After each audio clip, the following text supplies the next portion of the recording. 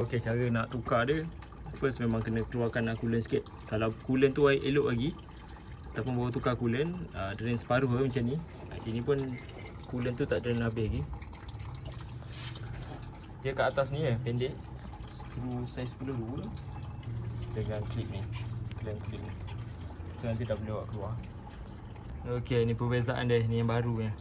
Ini yang dah tak boleh pakai. Ni bila-bila masa boleh pecah. So kesan dia kadang-kadang dia akan keluar macam ni boleh leleh, karat dah merosakkan. Okey, sekarang kita dah pasang, kita dah masuk coolant baru. Okay. Super long life. Super long life ni dia dah tak perlu campur air. Sebenarnya dia 4 liter untuk biar dah memadai. So saya tunggu proses radiator fan motor ni hidup, nanti kita barulah kita tambah coolant, kita tutup cap.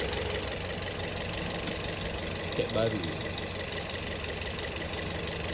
Okey, sekarang radiator fan dah hidup.